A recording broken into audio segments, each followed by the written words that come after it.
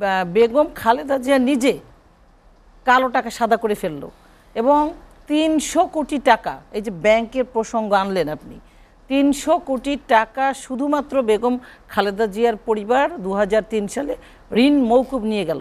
সাইদ ইস্কান্দার, বেগম খালেদা জিয়ার বোন, ভাই, পুত্র, সন্তান, এমন অসত্য হলে আপনি নোট করে দেখেন, আমি চ্যালেঞ্জ দিয়ে সেটাকে মানে দেখাবো। উকিল 15 বছরও হয়নি, কতদিন লাগবে একটি প্রশ্ন তুলেছেন। আর কতদিন? খোয়েম ভাই যখন অবলীলায় এই কথাগুলো বলেন না, তখন আমি তাকিয়ে খোয়েম ভাইকে দেখছিলাম, শুনছিলাম আর ভাবছিলাম যে নিজেরা এত কিছু করলেন, দুর্নীতিতে 5 বার হ্যাট্রিক করলেন, চ্যাম্পিয়ন হলেন, দুর্নীতিটা এতই বাংলাদেশে 2001 থেকে 2006 পর্যন্ত করলেন যে বেগম খালেদা জিয়া নিজে কালো টাকা সাদা করে ফেললো এবং ৩০০ কোটি টাকা, এই যে ব্যাংকের প্রসঙ্গ আনলেন আপনি, ৩০০ কোটি টাকা শুধুমাত্র বেগম খালেদা জিয়ার পরিবার ২০০৩ সালে ঋণ মৌকুব নিয়ে গেল। সাইদ ইস্কান্দার, বেগম খালেদা জিয়ার বোন, ভাই, পুত্র, সন্তান, এমন অসত্য হলে আপনি নোট করে দেখেন, আমি চ্যালেঞ্জ দিয়ে সেটাকে মানে দেখাবো। এবং এই যে ব্যাংক ব্যবস্থাটা দিয়ে শুরু করি, এই ব্যাংক ব্যবস্থাটা নিয়ে এই সরকারের সময় 15 বছরে যারাই ব্যাংক ব্যবস্থার দুর্নীতির সঙ্গে সম্পৃক্ত তাদেরকে আইনের আওতায় আনা হয়েছে, তাদের বিরুদ্ধে সোচ্চার হয়েছে। যেমন সব জায়গায় যে মানে পত্রিকায় যেগুলো এসছে সেগুলোকে মানে কেন এসছে, সরকার তার বিরুদ্ধে প্রতিরোধ গড়ে তুলেছে। কিন্তু এই যে ব্যাংক ব্যবস্থার মধ্যে একটা সিন্ডিকেট তৈরি হয়েছিল, এই জালিয়াতি চক্র, ব্যাংক চুরি, ব্যাংকের টাকা আত্মসাতের চক্র, সেটা তো আর 2009 সালে হঠাৎ করে তৈরি হয়নি। সেটা কবে তৈরি হয়েছিল?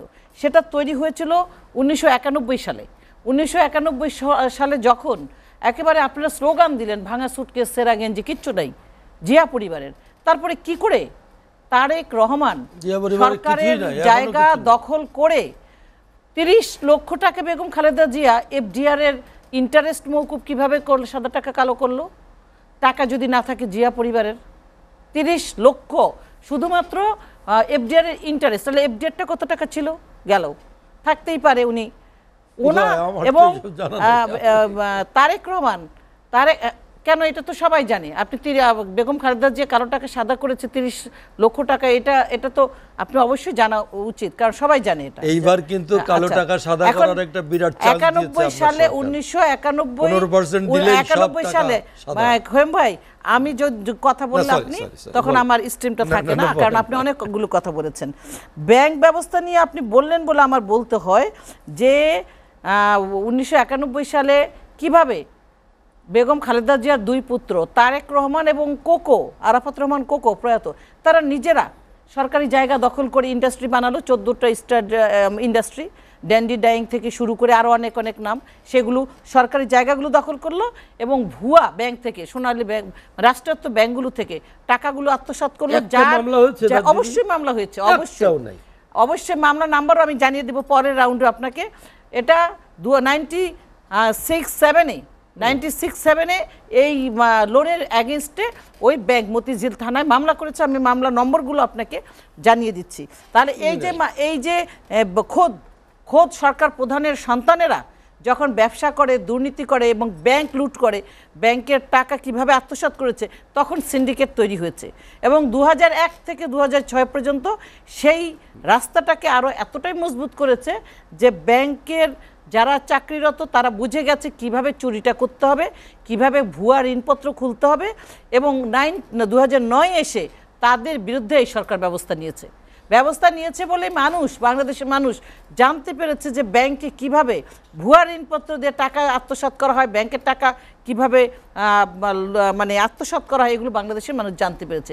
শুরুটা করেছিল বিএনপি 91 থেকে, এবং 91 না, শুরু হয়েছিল জিয়াউর রহমান শিল্প ব্যাংক এবং শিল্প ঋণ সংস্থার মাধ্যমে টাকা লোন, মানে যে টাকাগুলো লোন দিত তার কোনো ভিত্তি ছিল না।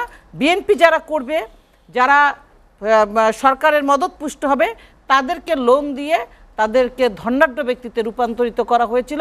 এভাবে এই ঋণ খেলাপি সংস্কৃতি, ভুয়া ঋণের সংস্কৃতি এটা তৈরি হয়েছিল ব্যাংক ব্যবস্থার মধ্যে।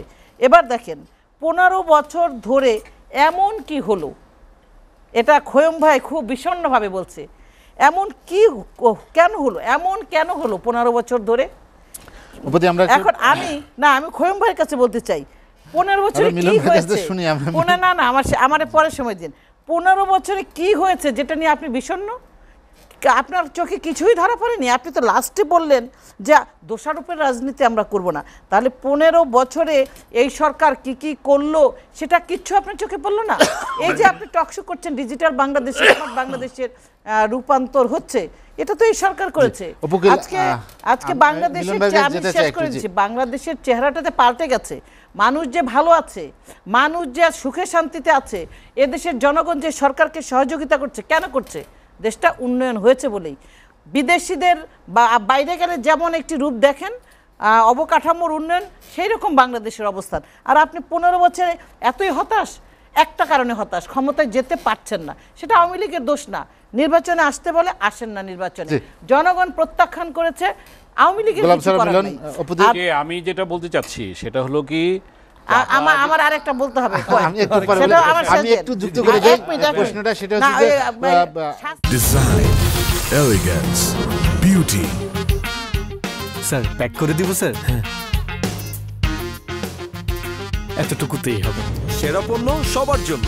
উপকিল ওই একই অভিযোগ, রাজনীতির ভারসাম্য নষ্ট, বাংলাদেশের ভোট ব্যবস্থাতে এখন আর ভুয়া ভোট নাই, ভুয়া মানে মিডিয়া কুয়ের ভোট নাই, ভুয়া ভোটার তালিকা নাই। তাহলে নির্বাচনে বিএনপি 2014-তে আসে নাই, 2024-এ আসে নাই, 18-তে না আসার মতো আসছে। আর না আসলে পরে তাদের দায়িত্বটা কে হবে না? আর বিজ্ঞান মনস্ক বলেন, যে মনস্ক রাজনীতি বলেন, রাজনীতিটা হতে হবে স্বাধীনতার পক্ষের শক্তি।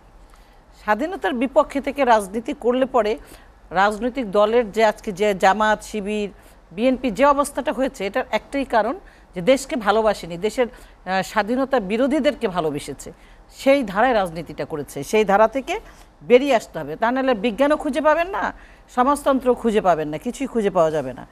আর আওয়ামী লীগের মধ্যে অবিশ্বাস, দ্বন্দ্ব নাই, এটা আছে বিএনপির মধ্যে। বিএনপির এক নেতা নাকি আরেক নেতাকে বলে আপনি নাকি রাতের বেলা আওয়ামী লীগের সঙ্গে গিয়ে মিটিং করে আসছেন, আওয়ামী লীগে যোগ দিচ্ছেন, এই বলে একজন আরেকজনের সঙ্গে নাকি মারামারিতে ব্যস্ত। আর বিএনপির নেতার মানে আওয়ামী লীগের লোকজন সব জায়গায় খাচ্ছে, বিএনপি পাচ্ছে না, এই অভিযোগটা কিন্তু না। বিদ্যুৎ শতভাগ নিশ্চিত করেছে, বিএনপির বাড়িতেও গিয়েছে, আওয়ামী লীগের বাড়িতেও গিয়েছে, যারা দল করে না সাধারণ মানুষ তাদের বাড়িতেও গিয়েছে। এই সরকারের উন্নয়ন সবাই পেয়েছে, সেখানে আওয়ামী লীগ বিএনপি এইরকমভাবে চিহ্নিত করে না, যেটা বিএনপি করতো। আওয়ামী লীগের কোনো নেতাকর্মীর পরিবারের সদস্যদের চাকরি হবে না, এই 15 বছর তো তা হয়নি। হিন্দু হলে চাকরি হবে না, এই 15 বছর তো তা হয়নি। ম্যারিটের ভিত্তিতে সময় নেই। আমি বলবো স্বাস্থ্য ব্যবস্থাটা নিয়ে খোয়াম সাহেব যে কথা বলেছেন, আমি বলবো যে স্বাস্থ্য ব্যবস্থাটা অনেক আগে, মানে আরো আগানো যেত 15 বছরে, যা হয়েছে আরো আগানো দরকার, আমি একমত আপনার সঙ্গে। কিন্তু বিএনপির জন্য হয়নি তা বলবো না, বিএনপি করতে দেয়নি। কেন করতে দেয়নি? 96-এ ক্ষমতায় আসার পরে যে প্রধানমন্ত্রী প্রত্যেকটা ইউনিয়ন পর্যায়ে কমিউনিটি হেলথ ক্লিনিক করেছিলেন, সেটাকে কেন বিএনপি 2001-এ এসে বন্ধ করে ছাগল পালন কেন্দ্র বানালো? ওটা যদি বিএনপি আরো এগিয়ে নিত তাহলে স্বাস্থ্যসেবাটা কি আরো এগিয়ে যেত না? আপনাকে অসংখ্য ধন্যবাদ, হাতে সময় নেই। প্রত্যেকটা জায়গায় বাধা দিয়েছে গোলাম সারা মিলন, 15 বছরে ভালো ভোট